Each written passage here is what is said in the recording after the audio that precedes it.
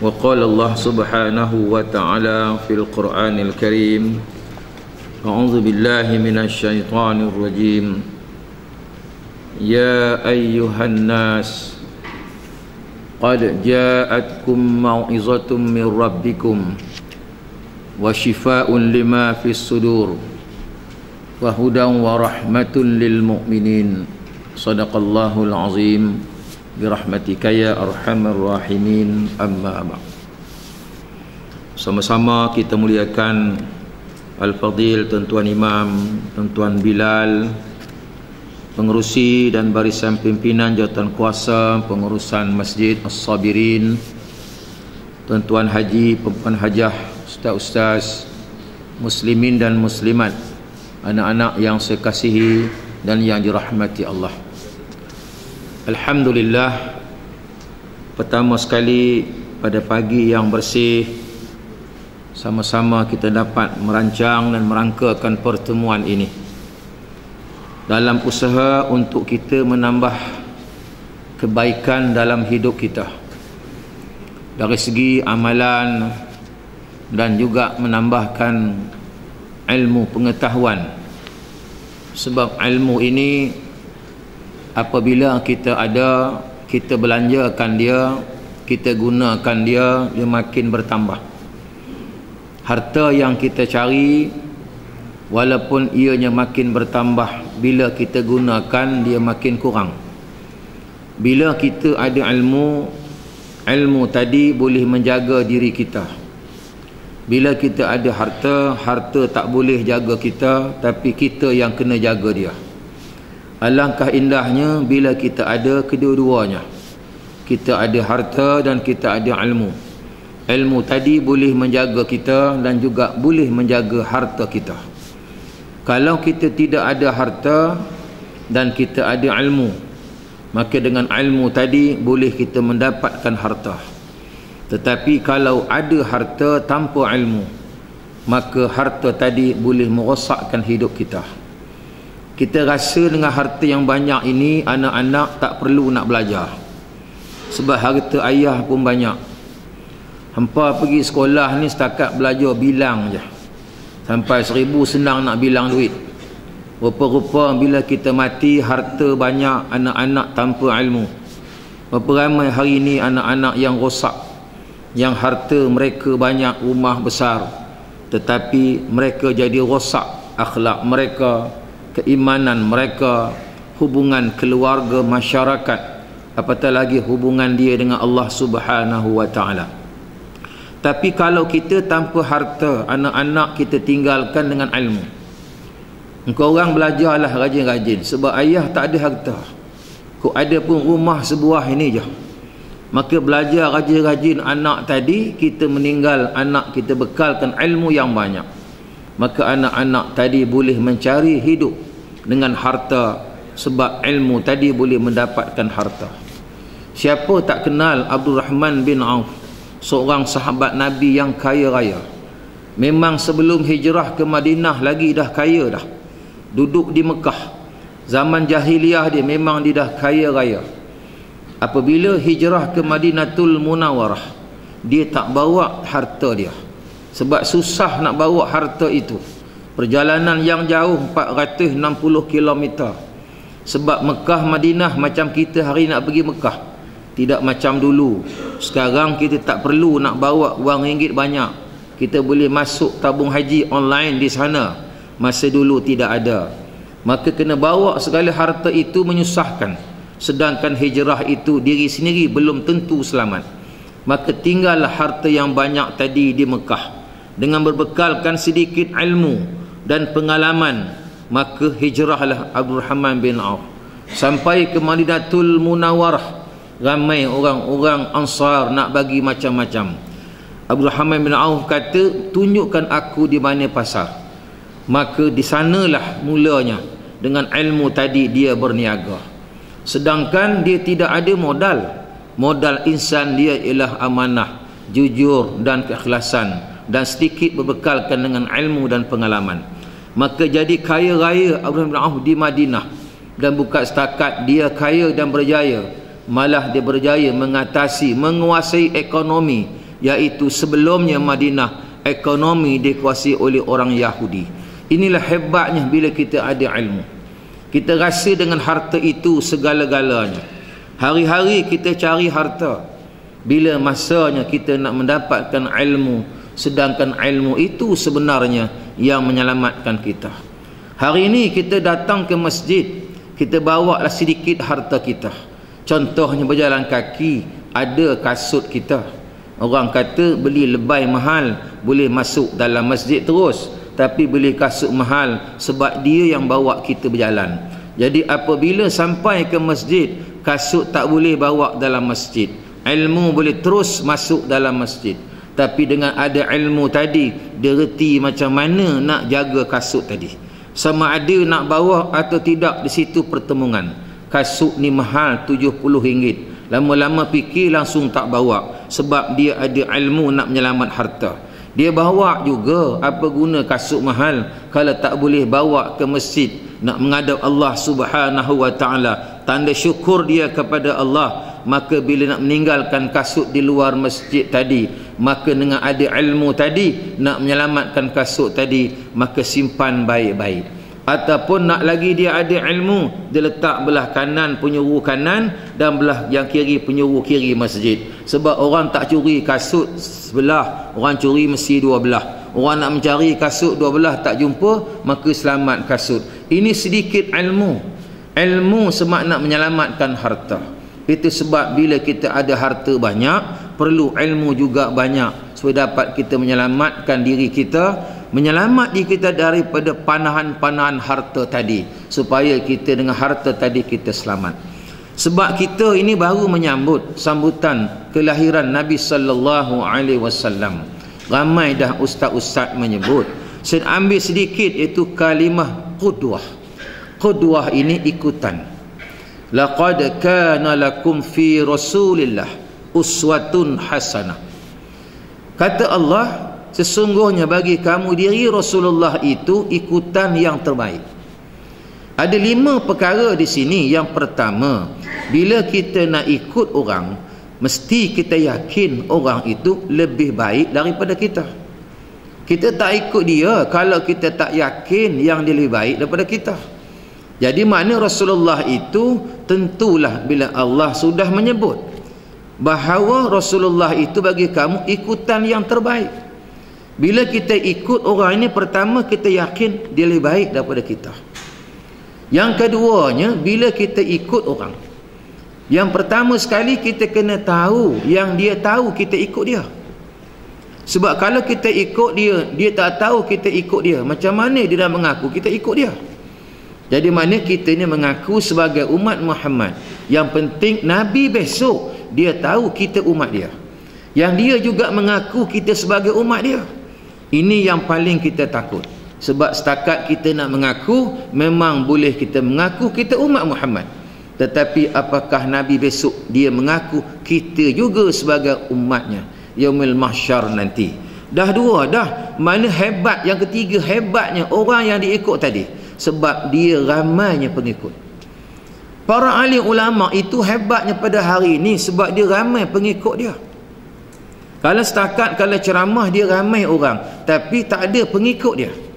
Dengar ceramah ni ramai tapi tak mengikut ajaran dia. Bermakna hebat ulama itu sebab ramainya pengikut dia.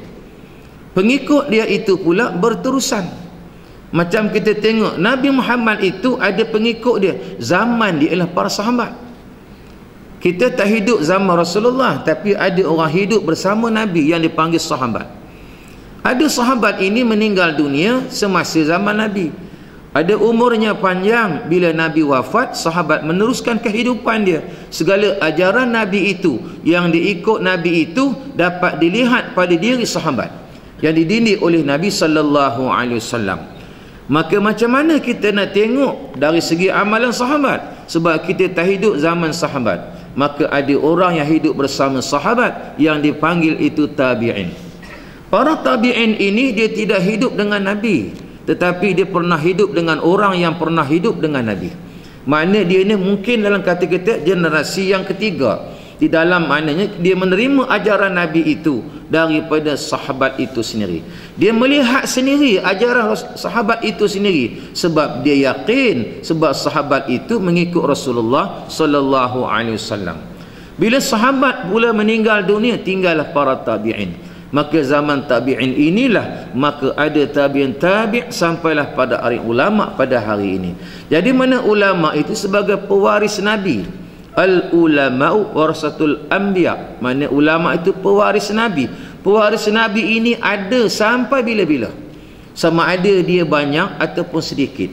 Sebab apa para ulama ini, mereka ini sebagai pewaris Nabi. Jangan kita ingat Rasulullah ini hanya mendidik sahabat itu hanya untuk memimpin negara seperti Abu Bakar As-Siddiq, Umar, tetapi Nabi juga mendidik manusia, mendidik umat dia seperti macam mana nak masuk bilik air, macam nak pakai baju, memilih pakaian, makanan. Mana ini merupakan amalan-amalan Rasulullah yang tak ada kena-mengena dengan orang ini untuk menjadi pemimpin negara. Tetapi elemen-elemen inilah untuk kita melihat bahawa orang yang terbaik, orang terbaik tadi ini dia mengikut apa juga ajaran Rasulullah. Ajaran Nabi itu maknanya tidak satu pun dia tinggal. Ada orang-orang seperti ini, mungkin dia tak ramai. Dalam hadis Nabi menyebut paling kurang mana 40 orang. Kalau mati seorang mesti diganti untuk menukupkan 40 orang itu sendiri. Mungkin orang ini ada di Malaysia, mungkin tak ada di Malaysia. Sebab apa? Manusia ini ada 5 jenis. Yang pertama, jenis yang dia semuanya betul. Semua betul. Ini orang yang maksum seperti Rasulullah tadi. Orang ni dah tak ada dah. Orang yang maksum tak ada dah. Kalau ada orang mengaku dia ni maksum, dia betul semua, tak ada sikit pun dia salah, itu tak betul. Hatta walau dia ulama, dia ada silap dia, tetapi ulama ini dia betulnya banyak, salahnya sedikit. Kenapa? Sebab dia ada qudwah, dia ada landasan. Bermakna kesilapan itu sebagai fitrah manusia. Sebab Allah buka ruang bertobat, istighfar kepada Allah Ta'ala. Mana ulama juga dia istighfar kepada Allah. Sebab dia pun ada kesilapan dia, ada juga kekurangan dia, tetapi kesilapan tadi tidak banyak. Sebab dia ada sentiasa merujuk kepada Al-Quran, hadis, dia ada jamaah dia, ada usrah dia, ada tamrin dia, ada muzakarah dia. Bila dia silap tadi maka dapat diperbetulkan. Ini untung hidup dalam berjamaah. Bermakna orang yang pertama tadi Rasulullah dah tak ada dah, itu orang yang maksum. Yang kedua, orang yang seperti ulama tadi, dia betulnya banyak, salahnya sedikit. Dan yang ketiganya, orang yang betul dengan salah sama banyak. Dia ni hari-hari buat yang baik, hari-hari juga ada buat yang tak baik. Dia ni tak ada disiplin, ikut suka hati dia aja. Mana dia ikut perasaan dia, kadang-kadang ikut mulut dia, ikut rasa dia. Mana kadang-kadang betul, kadang-kadang salah. Ini kita kadang pening nak jadikan kita ni sebagai pengikut dia. Sebab kadang-kadang hari ni elok, besok dah tak elok balik. Tapi ada elok dia, tapi ada tak elok dia. Kemudian yang keempat, orang yang keempat ini iaitu betulnya sedikit dan yang salahnya banyak. Ini orang yang fasik. Orang fasik ini dia tidak banyak melakukan kebaikan, tetapi ada kebaikan dia. Kita tak boleh kata dia tu semua tak betul. Manusia ni mesti ada kebaikan dalam hidup dia. Kalau tak ada pergi masjid pun, dia tak semayang, sekurang-kurang hari Jumaat dia datang. Ataupun Jumaat tak datang, hari raya dia datang. Sekurang-kurang kalau tak semayang pun, dia bekerja. Dia bekerja, dia pejabat. Bila dia bekerja, dapat gaji, dia pergi kedai beli beras, dia beli gula, beli tepung. Untuk siapa? Untuk anak isteri dia. Bermakna itu kebaikan dalam hidup dia. Cuma soalnya dia cuma tak baik dengan kita, tidak baik pandangan kita.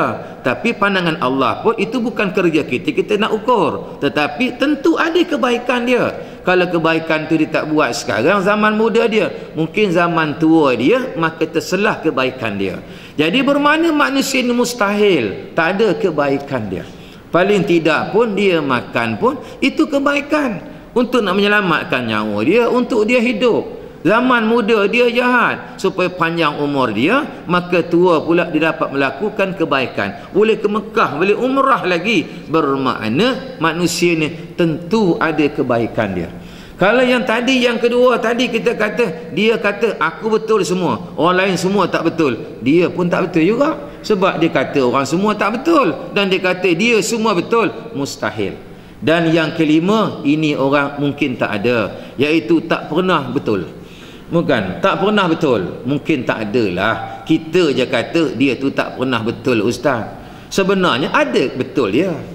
Macam kita tengok ada orang itu pergi masjid, pakaian dia buruk, lusuh, bau dia busuk, masam, pusing masjid. Kita pun kata itu tak betul tu Ustaz, jangan layan. Semua orang kata dia tak betul.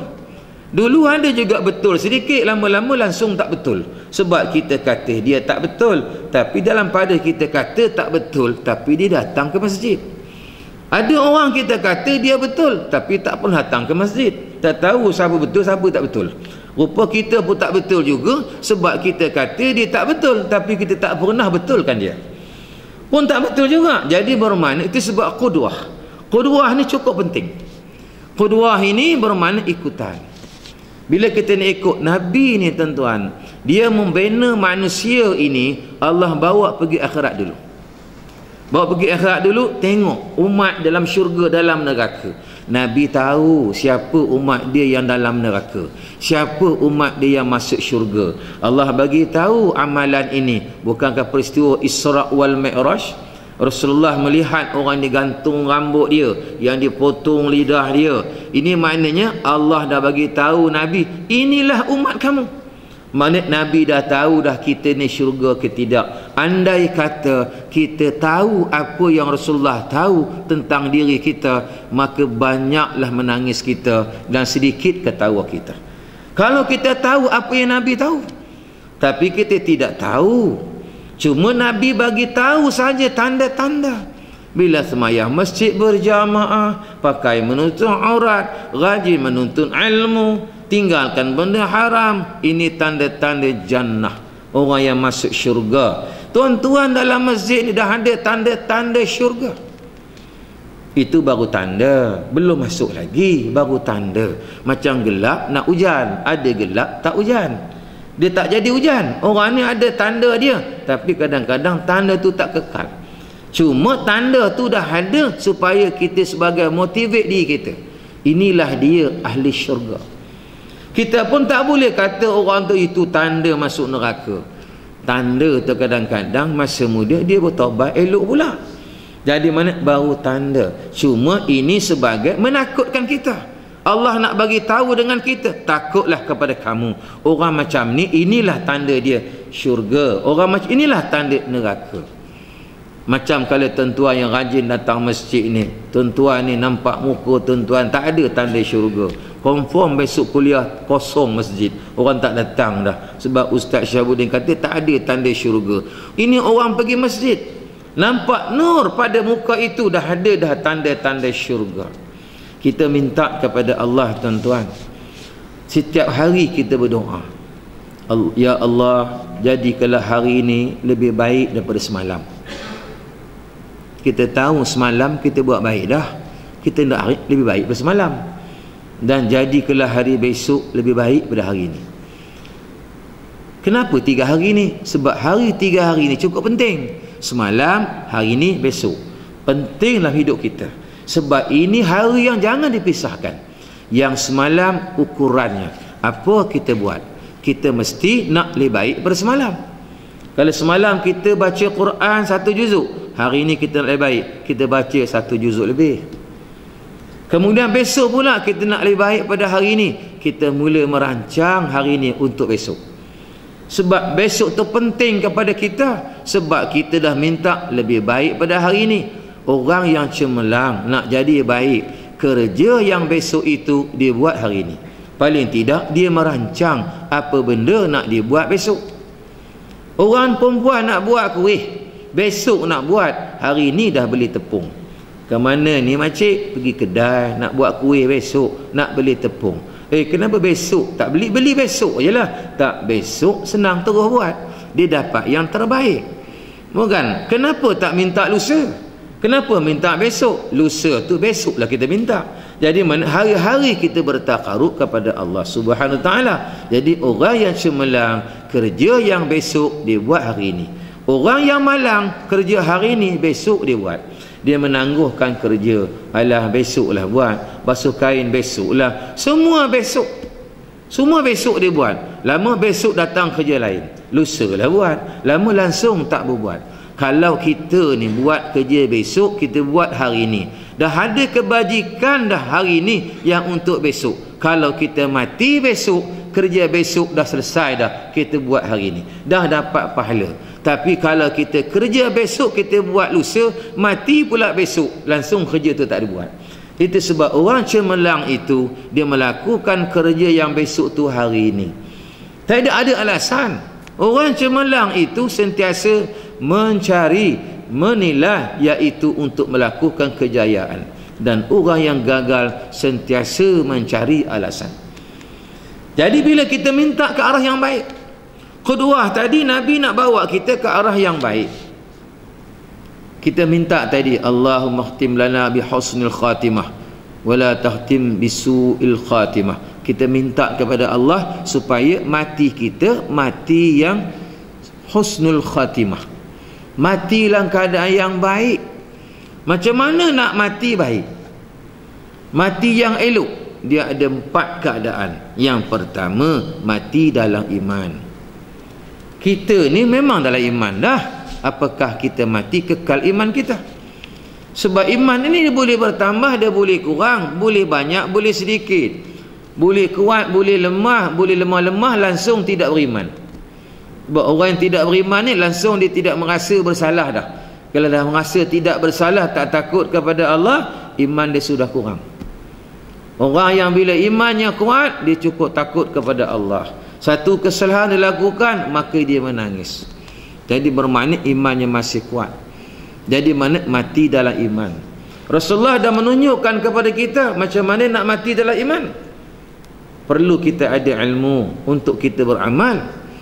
Dan kita beramal yang kedua, iaitu amal yang salih. Sebab kita nak mati amal yang salih. Setakat iman tak cukup, tapi iman kena ada pengisian amal yang salih. Wal asri innal insana lafi khusr illa alladhina amanu wa amilus salihat. Sungguhnya manusia ni semua rugi melainkan orang beriman.